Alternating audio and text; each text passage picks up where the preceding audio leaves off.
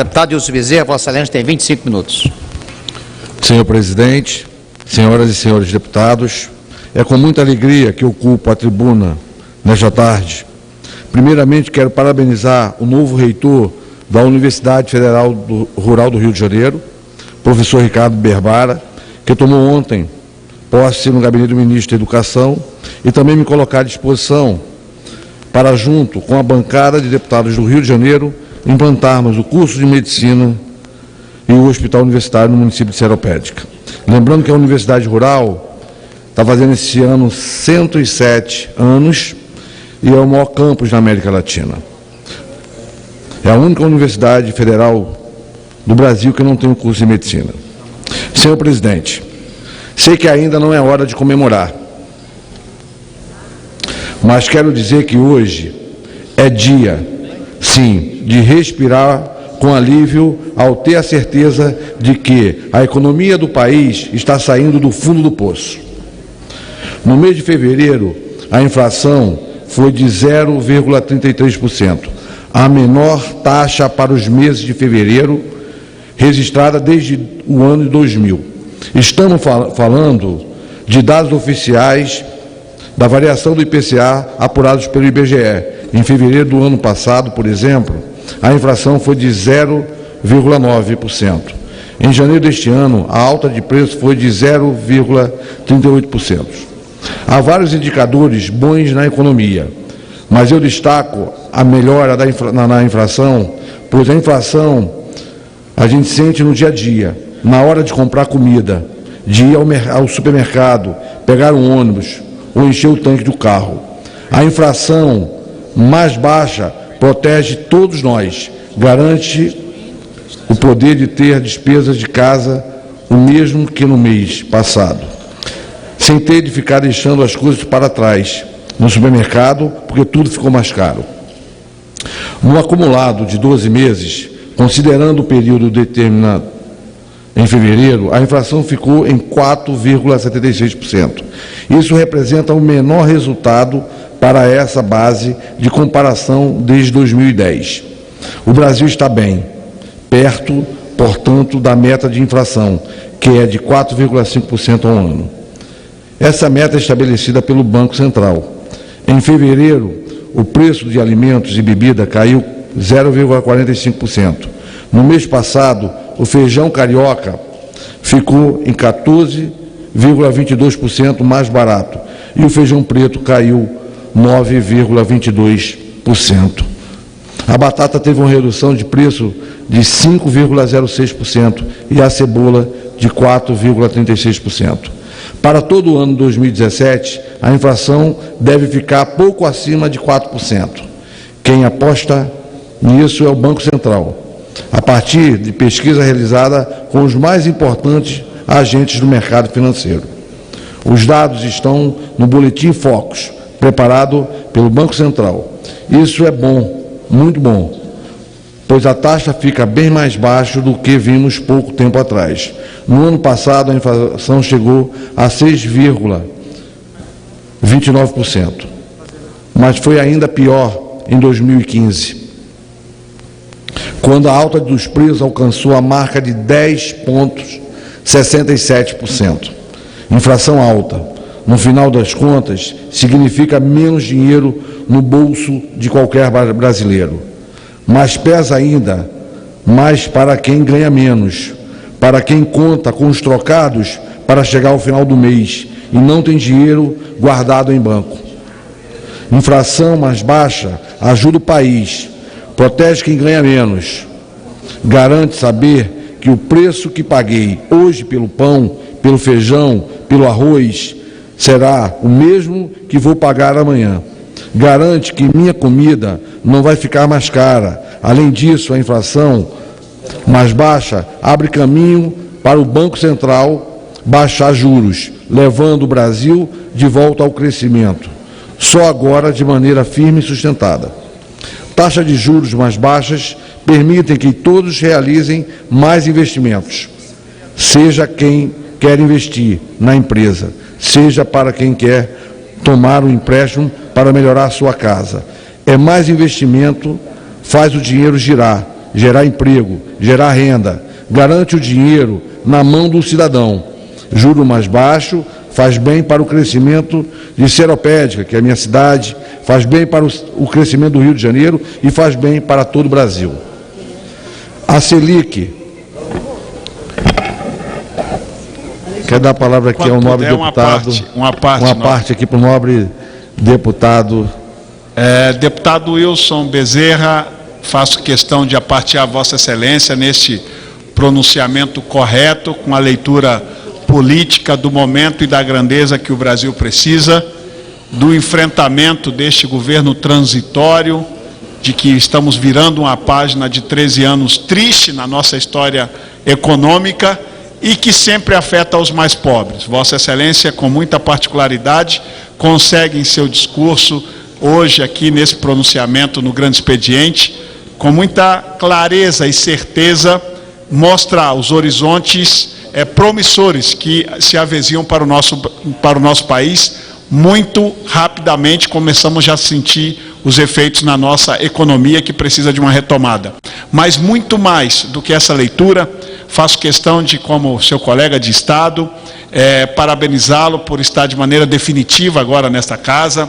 Vossa Excelência que ficou na suplência, mas que agora de maneira efetiva, ao estar aqui, isso demonstra que Seropédica tem um seu legítimo representante, não só Seropédica, mas como toda a região, e eu tenho convicção de que o seu mandato vai dar orgulho a todo morador de Seropédica, a toda a Baixada Fluminense, a todo o estado do Rio de Janeiro. Isso é o que o nosso Rio precisa, de homens que venham aqui para lutar por aqueles que mais precisam, pelos mais pobres, os mais humildes, e é isso que Vossa Excelência tem feito. Minha congratulação, meus parabéns por estar assumindo essa nova atividade de maneira agora, não mais como suplente, mas de maneira efetiva, e que até o fim do mandato, Vossa Excelência possa trazer seus relevantes serviços, como já lhe é peculiar àquele Estado. Meus parabéns, muito obrigado. Muito obrigado, deputado Sóstenes. É um orgulho também ser deputado com o senhor, que tem realmente feito um brilhante trabalho aqui na Câmara dos Deputados Federais. Obrigado. A inflação mais baixa abre caminho para o Banco Central baixar os juros, levando o Brasil de volta ao crescimento, só que agora de maneira firme e sustentada. Taxa de juros mais baixas permite que todos realizem investimentos, seja quem investir, seja na empresa ou para quem quer tomar um empréstimo para melhorar a sua casa. E mais investimento faz o dinheiro girar, gerar emprego, gerar renda, garante o dinheiro na mão do cidadão. Juros mais baixos faz bem para o crescimento de Seropédica, faz bem para o crescimento do Rio de Janeiro e faz bem para o crescimento de todo o Brasil. A Selic, é a taxa básica de juros determinada pelo Banco Central, está hoje em 12,25% ao ano e deve cair. O Banco Central trabalha com o objetivo de determinar para 2017, com a taxa Selic em apenas 9,5% ao ano.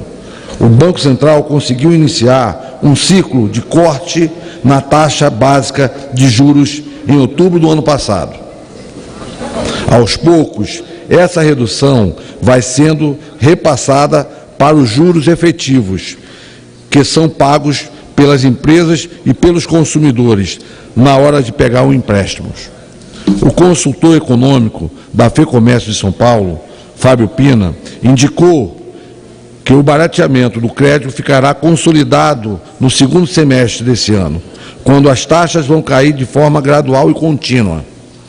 Não foi só na queda dos juros e da inflação que avançamos. Depois de quase 2 anos de queda, o nível de emprego formais, aqueles com carteira assinada, cresceu. As contas do Ministério do Trabalho mostraram que em fevereiro o Brasil gerou 36 mil novos postos de trabalho formais registrados. Desde abril de 2015, a gente só contava com perdas de empregos, tanto que chegamos a mais de 12 milhões de brasileiros desempregados. Agora chegaram as novas oportunidades.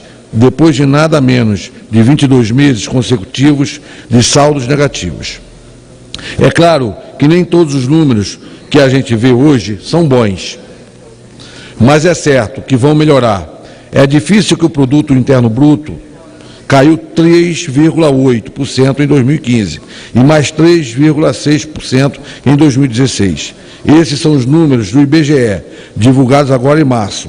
Isso é reflexo da falta de cuidado que tinha com o Brasil até o ano passado. Agora estamos na hora de botar a casa em ordem. Isso exige tempo, coragem e dedicação. O que está sendo feito desde o ano passado. Nesta quarta-feira, o Ministério da Fazenda divulgou a projeção de que o PIB brasileiro crescerá 0,5% este ano. Há quem possa apontar que um crescimento pequeno, lembrar que a projeção anterior da equipe econômica era de alta de 1%, mas vamos lembrar que esse dado significa a retomada do crescimento, depois de 2 anos de forte queda, da necessidade de muitos e muitos ajustes. Para 2018, a projeção é bem melhor. O Ministério da Fazenda prevê um crescimento de 2,5% para o Produto Interno Bruto. Henrique Meirelles, o nosso ministro da Fazenda, já disse que esses números ruins ficaram para trás. Ele lembrou que os PIBs de 2015 e 2016 são passado. São números que já foram, mesmo que sejam dados tristes, ficaram no retrovisor. Agora é hora de olhar para frente, apostar e acreditar no futuro. Estamos no caminho da retomada da credibilidade, do resgate da confiança.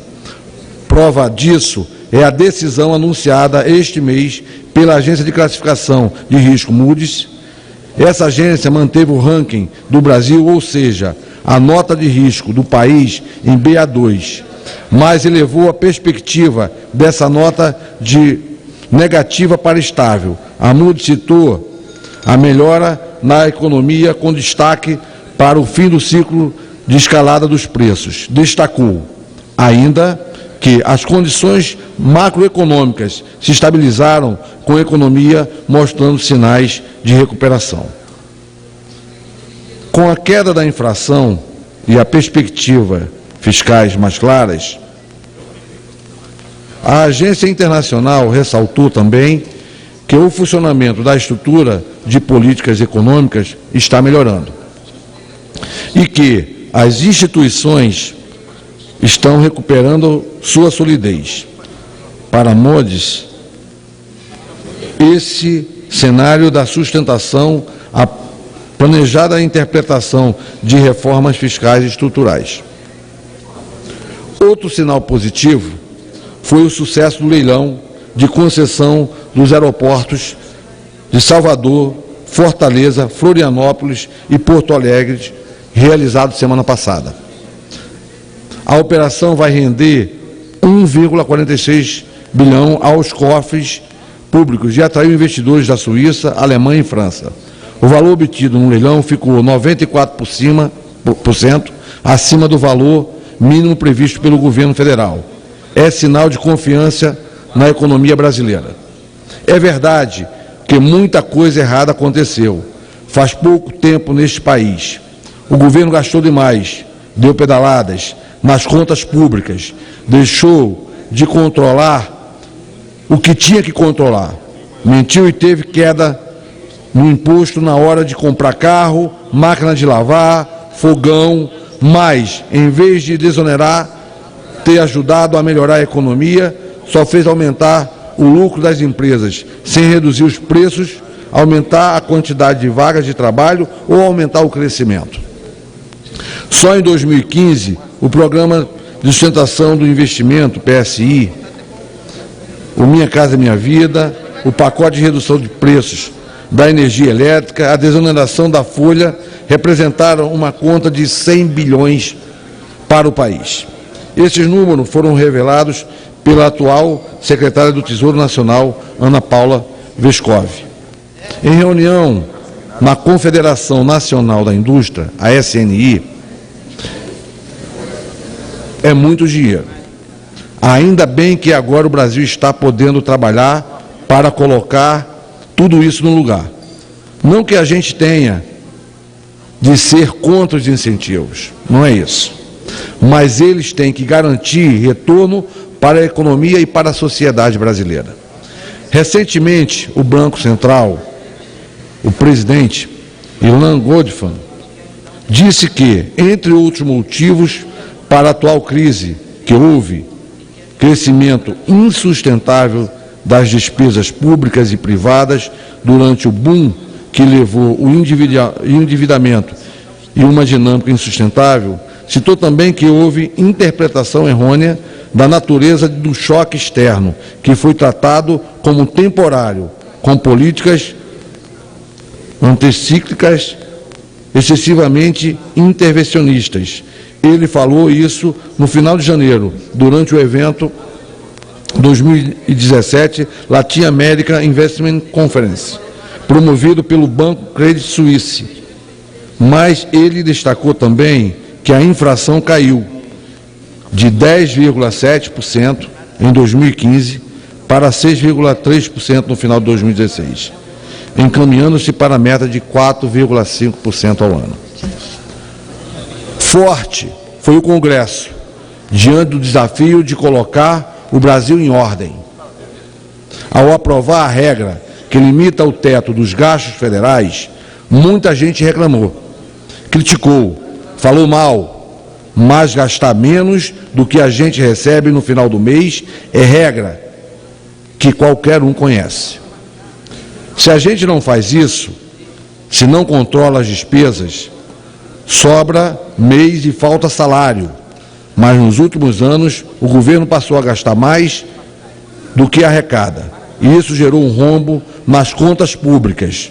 No evento do Credit Suisse, o presidente do Banco Central destacou a importância da aprovação da PEC do teto dos gastos. O Brasil fechou o ano 2016 com um déficit primário de mais de 150 bilhões. Isso envolve contas do Tesouro Nacional, da Previdência Social e do Banco Central.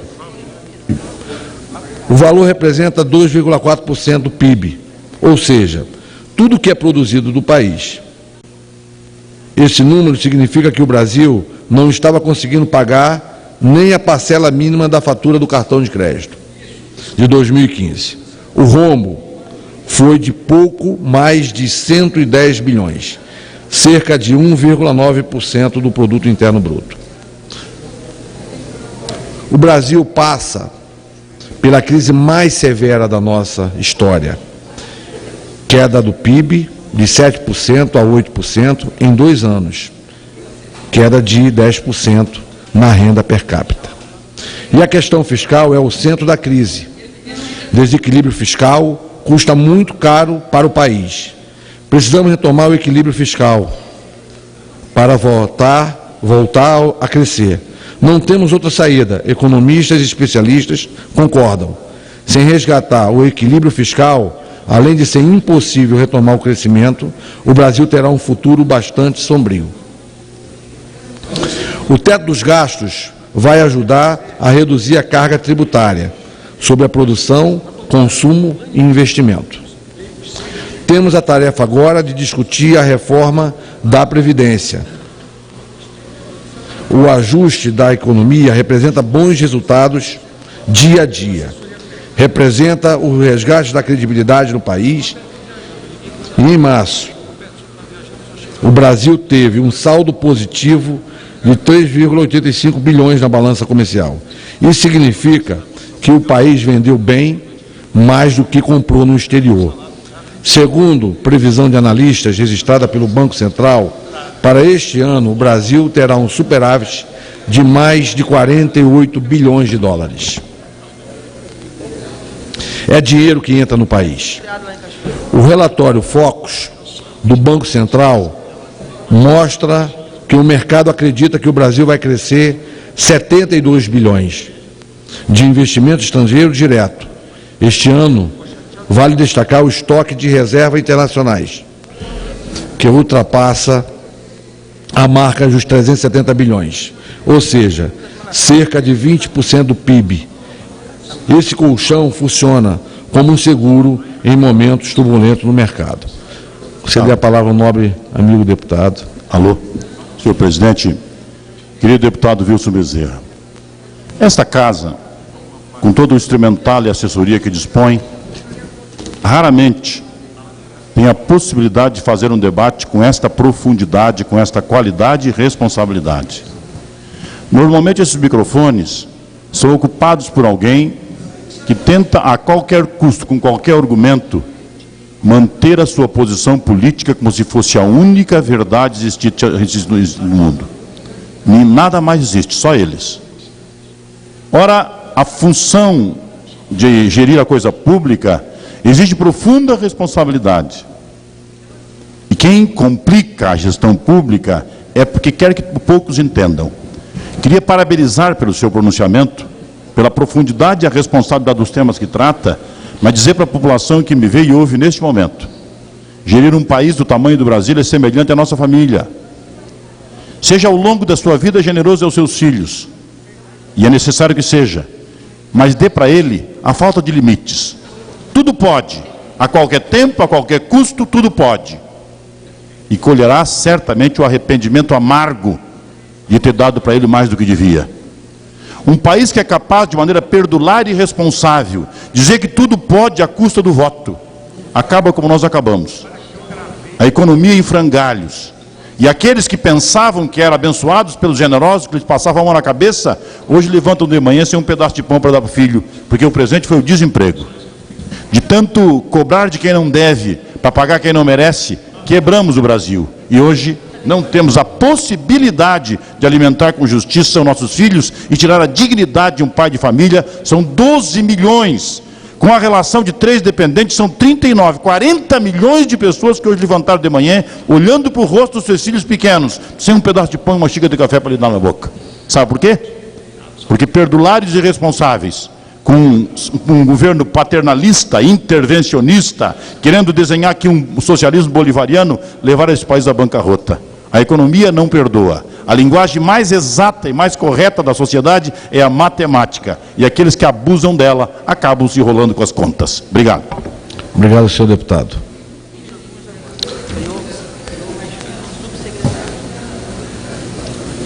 Quando falo em bons resultados das exportações, certamente alguém vai questionar como manter os resultados positivos depois que alguns países bloquearam a compra de carne de boi, frango e de porco brasileiros, após a Operação Carne Fraca da Polícia Federal. O sistema de produção agropecuária do país é seguro e o governo está esclarecendo isso a todos os compradores de carne brasileira. Temos cerca de 4,8 mil plantas de frigoríficos no Brasil e só 3, apenas 3 foram interditadas. Dos mais de 11 mil servidores do Ministério da Agricultura, apenas 33 estão sendo investigados. Os problemas identificados foram absolutamente pontuais e os responsáveis identificados e afastados. As exportações do setor de carnes no ano passado geraram quase 14 bilhões para o Brasil. Ou seja, cerca de 42 bilhões de reais, com a venda para 137 países, levando em conta só a carne de frango. As exportações chegaram a 5,94 bilhões de dólares. De carne de boi, as vendas no exterior foram 4,34 bilhões. O ministro da Agricultura, Braulio Maggi, admitiu nesta quarta-feira, em audiência conjunta das Comissões de Assuntos Econômicos e de Agricultura no Senado, que haverá um impacto com a perda de espaço da carne brasileira no mercado internacional. Mas o governo está agindo, e agindo rápido, esclarecendo as dúvidas dos compradores, eliminando os problemas, assegurando a qualidade dos alimentos brasileiros aos consumidores internacionais. O Brasil enviou comunicado à Organização Mundial do Comércio, divulgou reforçando que o padrão de fiscalização brasileiro é rigoroso, tanto para a carne vendida dentro do país, como para os lotes exportados.